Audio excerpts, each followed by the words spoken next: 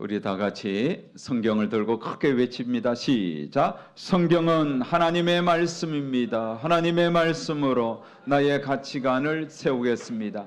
나는 성경적 가치관으로 판단하고 결정하고 행동하겠습니다. 나는 오늘 주시는 하나님의 말씀에 귀를 기울여 듣겠습니다. 그리고 그 말씀에 순종하도록 힘쓰겠습니다. 아멘. 어떤 철학자는 사람에 대해서 이렇게 말했습니다. 사람은 본질적으로 사회적 동물입니다. 여러분, 이렇게 말한 자가 누구일까요? 고대 철학자 아리스토텔레스입니다. 이 말은 사람이 절대로 혼자서 살 수 없다는 뜻입니다. 그렇습니다. 사람은 태어나면서 가정이라는 공동체를 만납니다. 그리고 그 가정 공동체 안에서 윤리와 도덕을 배우며 살아가는 삶의 그런 모습들을 배워가는 겁니다. 가정은 하나님이 만드신 최초의 공동체이자 최초의 제도입니다. 그래서 성경은 가정에 대해서 참 많이 언급합니다. 그만큼 하나님은 가정을 중요하게 여기십니다. 우리 모두 가정이 있습니다.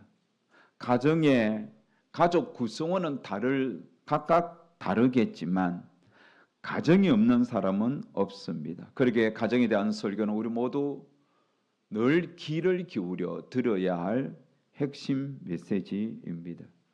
에베소 6장은 가정에 대한 가장 기본적이면서도 핵심적인 메시지를 담았습니다. 그래서 오늘 설교 제목이 가정 101입니다.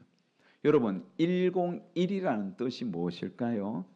101이라는 것은 기초, 입문 과정 이런 뜻입니다. 다시 말해서 오늘 설교 제목을 풀이해 보면 가정의 기초, 가정의 입문 과정이라고 할 수 있겠습니다.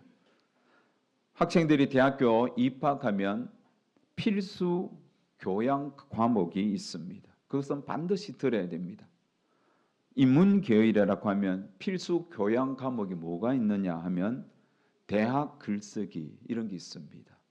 대학생이 되면 글쓰기에 관한 그런 과목을 배우는 겁니다. 마찬가지로 인생에서 가장 중요하고 가장 핵심적인 공동체인 가정의 일원으로 살아가는 우리가 가정의 기초가 뭔지, 가정의 입문 과정이 어떤 것이 있는지를 배우는 것 참 중요합니다.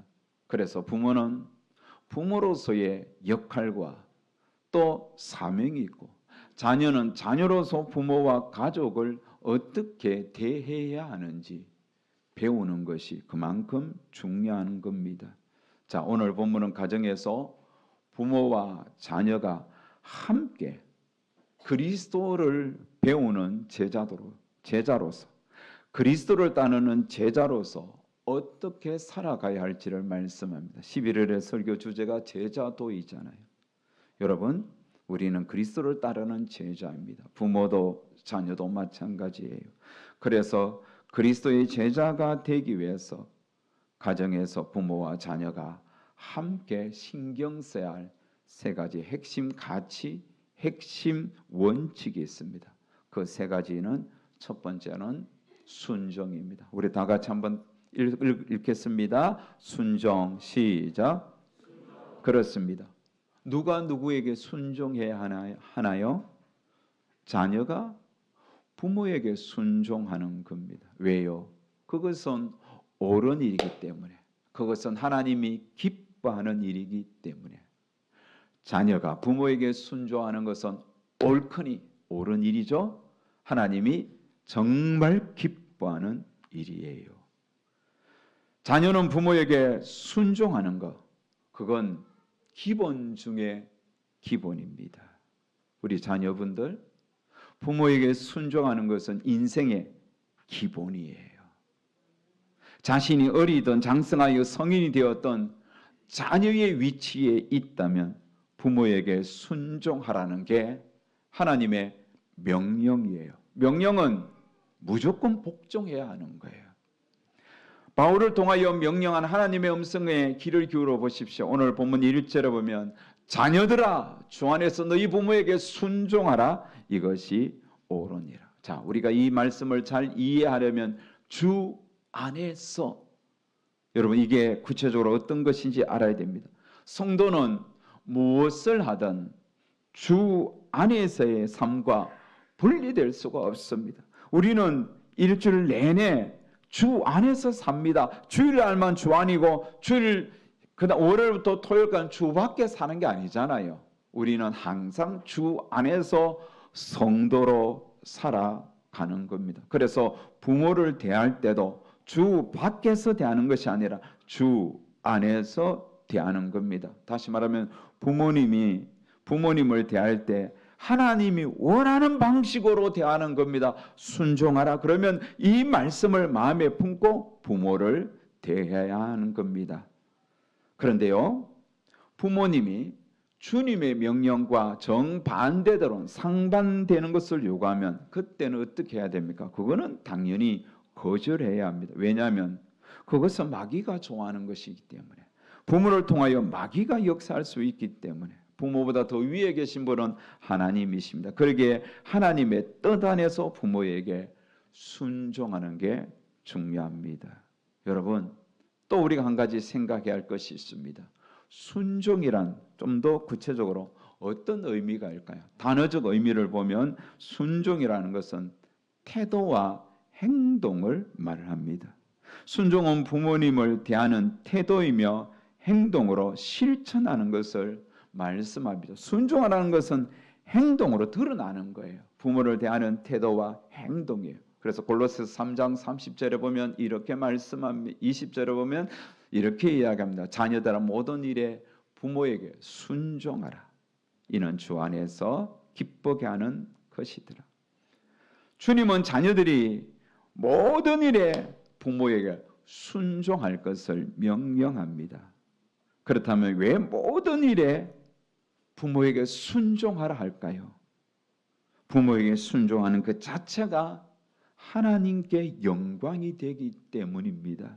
여러분, 하나님께 영광이 되는 게 뭔가 거창하거나 어려운 것이 아닙니다. 여러분의 부모님에게 작은 것이라도, 부모님의 요구가 정말 미미한 것이라 할지라도 무시하지 말고 귀를 기울여 듣고 순종하는 것, 그게 하나님께 영광인 것입니다. 여러분, 부모는 근본적으로 자녀들을 아낍니다. 사랑합니다. 자녀는 여러분 부모를 위하여 결코 자기 목숨을 내어놓지 못합니다. 하지만 부모는 자식을 위해서라면, 자녀를 위해서라면 자기 목숨도 버릴 수가 있어요. 그게 부모입니다. 그래서 부모 사랑을 일컬어 내리사랑이라고 하잖아요. 어떤 희생과 고통을 치르더라도 부모는 자녀들을 아끼고 사랑하는 겁니다. 그래서 성경은 부모의 위치를 자녀들의 첫 번째 선생의 자리에까지 올려놓았습니다. 동물의 세계에서도 어미는 새끼에게 아낌없이 줍니다. 새끼에게 위험을 피하는 방법을 가르쳐주고 어떻게 음식을 먹이를 구하는지, 어떻게 그 공격자들의 공격을 피하여 은신처에 숨는지 최대한 어미는 새끼에게 자세하게 가르쳐주면서 생존하도록 본을 보입니다. 하물며 여러분, 하나님의 형상으로 지은 우리이겠습니까? 부모는 여러분 인생의 경험이 많습니다. 경험을 통하여 터득한 지식과 지혜도 자녀들보다 훨씬 많습니다. 그래서 자녀들에게 가르치는 한마디 한마디는 부모님의 인생에 경륜이 담겨 있고 깨달은 지혜가 담겨 있습니다. 여러분, 십계명을 아시죠? 십계명은 대신계명, 대인계명 이렇게 둘로 나눕니다. 1계명에서 4계명까지 하나님에 대한 계명이에요. 그리고 5계명에서 10계명까지 사람에 대한 계명이에요. 다시 하면 하나님을 어떻게 사랑할 것인지, 이웃을 또 어떻게 사랑할 것인지 가르쳐 주는 것이 10계명인데, 여러분 그 가르칠 자가 누굽니까? 자녀들에게 하나님 위해서 가르치는 자, 또 사람을 어떻게 사랑할지 가르치는 자가 누구냐면 부모예요. 그래서 부모는 하나님을 가르쳐주고 사람에 대한 윤리와 도덕을 가르쳐주는 첫 번째 선생의 위치에 있는 겁니다. 부모만큼 좋은 선생은 없는 것입니다.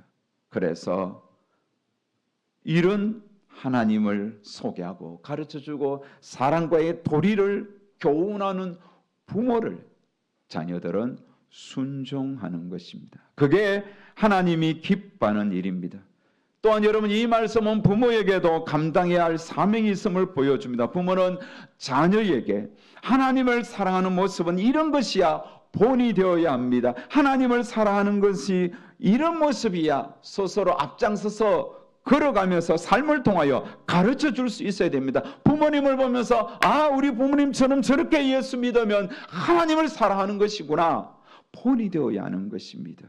그래서 그런 부모의 요구를 자녀들은 하나님의 뜻으로 받아들일 수 있도록 깨닫게 할 수 있도록 부모는 살아가야 할 사명이 있습니다. 자, 부모와 자녀가 함께 그리스도의 제자로 살아가기 위한 첫 번째 핵심 가치가 순종입니다. 두 번째 핵심 가치는 공경입니다. 우리 다 같이 읽습니다. 공경. 그렇습니다. 공경입니다. 2절 말씀은 또 이렇게 이야기하죠. 내 아버지와 어머니를 공경하라. 이것이 약속이 있는 첫 계명이니. 공경 역시 자녀가 부모에게 해야 할 도리입니다. 공경이라는 헬라어 단어는 티마오라고 합니다. 이것은 단순히 예절을 갖추는 정도를 넘어서 부모의 존재 가치를 인정하고 높이는 것입니다. 우리 한번 읽겠습니다. 시작. 부모의 존재 가치를 인정하고 높이는 것. 그렇습니다. 부모의 존재 가치를 인정하고 높이는 거예요. 그래서 순종과 공경은 조금 차이가 납니다. 다 비교해자면 순종은 부모를 대하는 태도와 행동이에요. 그렇다면 공경은 부모를 대하는 마음가짐과 자세입니다. 부모를 대할 때 어떻게 대해야 하는지 그 마음과 자세를 가르쳐 주는 게 공경입니다. 자녀들은 부모를 대할 때 부모님의 존재를 귀하게 여기며 높여야 합니다. 여러분, 부모가 있다는 것은 축복입니다. 부모님의 존재만으로도 자녀는 엄청난 복을 받았습니다. 그래서 무엇을 하든지 부모님을 의식하고 부모님의 마음을 헤아리며 부모님을 공경해야 합니다. 그렇다고 볼 때 공경은 순종보다 더 앞에 있습니다. 더 우선순위입니다. 여러분, 공경하지 않아도 얼마든지 순종할 수 있습니다. 자녀가 집에서 밖에서 친구 집에 자겠다고 했을 때 부모님이 안 된다, 집에 와서 자거라. 그러니까 자녀가 집에 들어왔습니다. 하지만 친구와 같이 그 밤을 지내지 못해서 기분 나빠 자기 방문 꽉 닫고 들어가 버렸습니다. 순종은 했으면 집에 돌아왔지만 그 자식은 공경하는 게 아니죠. 우리도 여러분 자라면서 순종은 했지만 공경하지 않았을 때 얼마나 많습니까? 그래서 어쩌면 순종보다 더 우선순위에 있는 것은 공경이에요. 더 중요해요. 공경해야 됩니다. 부모의 가치를 높이고 부모의 존재를 인정해야 하는 겁니다. 지난주 화요일 우리 목사님들이 여러 명 모여서 오늘 이 말씀을 가지고 말씀 나눔의 시간을 가졌습니다. 자녀로서 어떻게 하는 것이 공경일까? 부모의 입장에서 자녀들이 이렇게 해줄 때 정말 고맙다라고 느낀 것이 어떤 것인가? 그게 공경이 아닐까? 그러면서 목사님들이 여러 가지 자녀가 부모를 공경하는 구체적인 모습은 이런 것이다. 이건 성경에 나오는 건 아닙니다만은 우리 목회자들이 느끼는 공경은 이런 것이다라고 했습니다. 무엇이 있느냐면 공경은 부모 앞에서 목소리 높이지 않는 것이다. 부모님을 공경하다면 자녀들이 소리치지 않는 겁니다. 화를 내면서 큰 소리로 부모에게 대드는 것, 그거는 공경이 아니라는 거예요. 그러면서 저는 어릴 적에 우리 형이 생각나더라고요. 저보다 3살 많은 형은 어릴 적부터 성격이 까칠했습니다. 여러분 보시다시피 저는 참 착하고 순했어요. 우리 형은 자주 아버지 어머니에게 화를 냈어요. 분노했어요. 큰 소리 쳤어요. 저는 그런 형의 모습을 싫어했습니다. 저는 그래서 더 어머니 아버지에게 소리치지 않으려고 애썼습니다. 여러분, 어떤 경우에도 부모 앞에서 고래고래 소리치고 방문 꽉 닫고 그러지 마세요. 이것은 공경이 아니에요. 이것은 하나님이 싫어하는 일입니다. 그건 부모님의 인격을 무시하는 아주 불효막심한 모습입니다. 절대로 소리치지 마세요. 부모보다 큰 소리치지 마시기를 바랍니다. 자녀들도 꼭 그렇게 하시기를 주의 이름으로 축복합니다. 또 어떤 목사님은 공경에 대해서 이렇게 말을 했습니다. 부모님이 보는 앞에서 자기 자식을 혼내지 않는 것이다. 물론 자식이 잘못할 수 있습니다. 하지만 부모님 보는 앞에서 자기 자식을 큰 소리로 혼내면 부모님이 무안해합니다. 불안해합니다. 그건 옳은 모습이 아니라는 거예요. 자녀는 집에 가서 정확하게 잘못을 지적하고 가르치며 혼내는 것이지, 부모 보는 앞에서 혹은 사람들 앞에서 공경연하게 아이를 혼내면 그 아이의 인격에 상처를 받는다는 겁니다. 또 어떤 목사님은 이렇게 말을 했습니다. 감사합니다. 사랑합니다. 자주 부모에게 표시하는 거예요. 저도 어머님 살아계실 때 제가 느지막하게 철이 들어서 어머님 사랑합니다. 안아주면서 어머님 사랑합니다. 여러 번 했더니 우리 어머님이 엄청 좋아했어요. 나도 우리 김 목사님 사랑합니다 라고 대답을 했습니다. 여러분, 자주 사랑합니다. 고맙습니다. 감사합니다. 표현하세요. 그게 공경이에요. 오늘 저녁부터 실천하는 우리 자녀들 되시기를 바랍니다. 또 이런 이야기가 있었습니다. 늙으신 부모님 발톱 깎아드리고 목욕시켜 드리는 것이다. 나이가 들면 여러분 발톱 깎기도 힘들어요. 잘못 깎으면 보이지도 않고 몸이 아프니까 구부러지지도 않고 목욕시켜 드리는 것도 마찬가지예요. 그래서 딸은 어머님을 목욕시켜 드려, 아들은 아버지를 목욕시켜 드리는 것, 얼마나 여러분 그게 귀한 모습입니까? 대구에 가면 저희 장인 장모님이 두 분이 80 넘으셔서 아파트에 두 분이 살고 계십니다. 여러분 화장실이 두 개니까 하나는 어머님이 쓰시고 하나는 장인어른 아버님이 쓰시는데,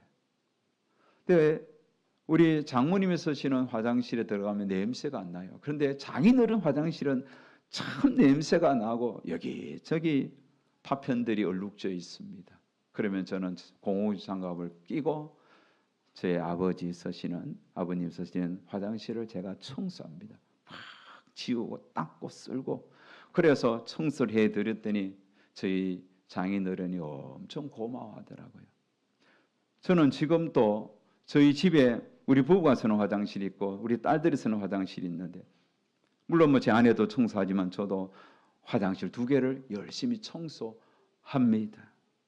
우리 딸들 쓰는 화장실도 청소하는데 언젠가는 저도 다리가 떨리고 힘이 없으면 청소 못할 날이 있을 겁니다. 그때를 생각하면서 그때는 우리 딸들이 청소해 주겠지, 아니면 사이놈들이 와서 청소해 주겠지, 그러면서 청소를 하는 겁니다. 사랑하는 여러분, 어쨌든 자녀들은 부모님을 공경해야 합니다. 공경하는 자에게 하나님의 약속이 있습니다. 그것은 이 땅에서 잘 될 겁니다. 잘 된다는 거예요. 또한 장수한다는 겁니다. 이것은 보편적인 진리입니다. 절대적으로 여러분 부모에게 순종하면 오래 산다는 그런 건 아닙니다. 때로는 자녀들이 먼저 부모보다 앞서가는 경우가 있죠. 부모님을 공경하지 않아서 앞서가는 게 아니에요. 그것은 특별한 경우에 그런 일도 일어나기도 하지만 보편적으로 부모님을 공경하면 자녀들이 잘 돼. 왜요? 부모님이 자녀에게 이야기하는 것, 가르쳐주는 교훈과 또 자녀들에게 이렇게 저렇게 살라고 말씀하는 것들이 지혜에서 나온 것들이 많습니다. 그대로 살면 인생을 배우고 관계를 배우면서 이 땅에서 형통케 되는 일들이 다반사입니다. 일반적으로 그렇습니다. 사랑하는 여러분, 성경은 부모를 공경하는 자에게 하나님이 이 땅에서 잘 될 것이다 약속했으니 부모 공경에 힘쓰는 우리 예인교회 모든 자녀들이 되시기를 주의 이름으로 축복합니다. 여러분, 나이가 드셔도 부모님이 살아계신다면 공경하는 나이 든 자녀들 되시기를 바라는 겁니다. 자, 세 번째 핵심 가치는 훈련입니다. 같이 읽습니다. 훈련. 그렇습니다. 여기서 훈련은 부모가 가져야 할 훈련입니다. 부모는 어떤 훈련을 해야 되겠습니까? 오늘 본문 4절에 보면 두 가지 훈련을 가르쳐 줍니다. 첫 번째는 자녀를 노엽게 하지 않는 훈련입니다. 자, 4절 말씀을 보십시오. 또 아비들아, 너희 자녀를 노엽게 하지 말고 오직 주의 교훈과 훈계로 양육하라.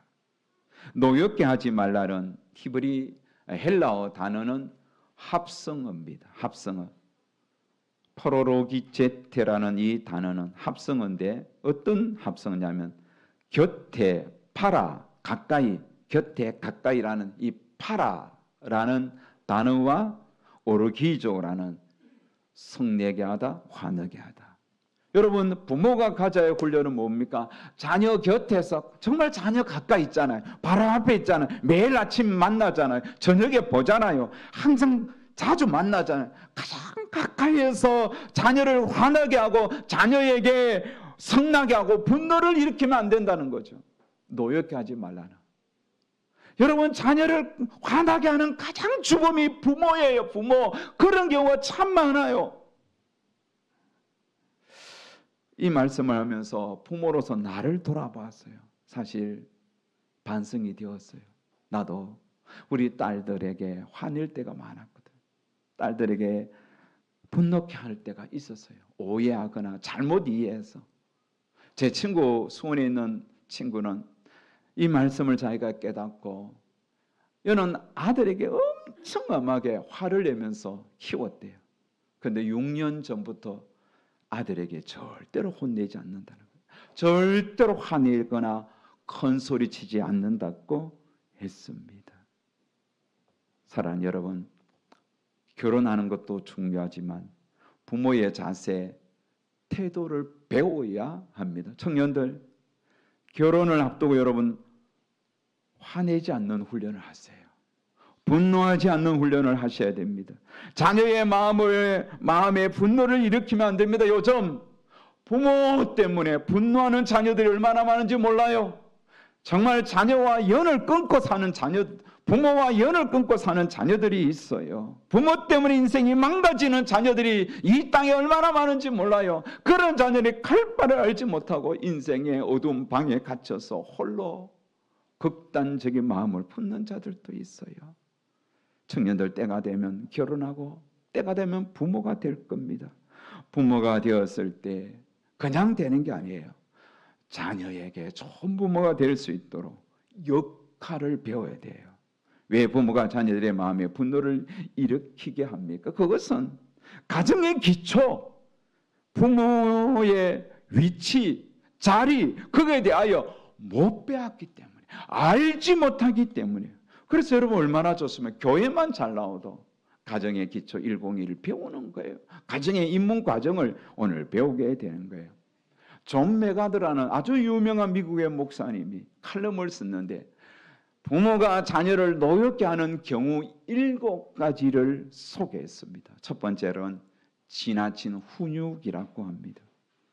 어떤 부모들은 지나치게 자녀를 훈육해. 옛날 부모들이 대부분 그리했습니다. 얼마나 음하게 자식들을 훈련시키고 훈육했는지. 그래서 잘된 경우도 있겠지만 그렇지 않는 경우도 더 많습니다. 자녀들을 사랑으로 대하고 정말 필요할 때 꼭 잘 받기 못과 같이 그렇게 훈육해야지. 매사에 성질내고 매사에 훈육하는 그거는 부모의 옳은 모습이 아니에요. 자녀를 노엽게 하는 거예요. 두 번째는 일관성 없는 훈육이라고 했습니다. 부모가 이랬다 저랬다 그렇게 하면 안 됩니다. 원칙을 정하고 일관성 있게 훈육해야 됩니다. 그런데 부모가 일관성 없는 가르침은 자녀들로 하여금 헷갈리게 하고 혼동케 합니다. 그러면서 부모에 대한 신뢰를 잃게 합니다. 부모는 일관성 있는 성경적 가치관으로 자녀를 가르치고 자녀는 그런 부모님을 공경하고 순종하는 자세를 가져야 되겠죠. 세 번째로는 친절하지 않는 겁니다. 자녀에게 막 막말하는 그런 부모가 있어요. 저희 어릴 적에 우리 옆집에 친구 어머님은 얼마나 막말하는지 지금도 그 막말을 지금 생각하면 섬뜩한 그런 말을 하더라고요. 여러분, 아이들이 막 때를 쓸 때 공공장소에서 자녀들에게 막 막말하는 그런 부모가 있어요. 자녀가 때를 쓰면 제어해야 하는 것도 필요하지만 막말은 하면 안 돼요. 그것은 자녀의 마음에 깊은 상처 주는 거예요. 친절한 말 하세요. 따뜻하게 말하세요. 부모도 자녀들에게 목소리를 낮추어야 돼요. 자녀만 부모에게 목소리 낮추는 게 아니라 부모도 자녀에게 목소리 낮추고 차근차근하게 인격적으로 대해야 합니다. 따뜻한 부모가 되어야 될 겁니다. 네 번째로 부모가 자녀에게 분노를 일으키는 것은 편애입니다. 편애는 자녀들의 마음을 상하게 합니다. 아들, 딸 편애하면 안 됩니다. 똑같이 대하세요. 똑같이요. 이 말씀을 준비하면서 우리 어머님을 생각하니까 우리 어머님은 편애가 좀 있었습니다. 딸들하고 아들인 저하고 달리 대해요. 명절 때 집에 딱 가면 시골에서 깨농사 지어서 참기름을 딱 짜놔요. 방간에서.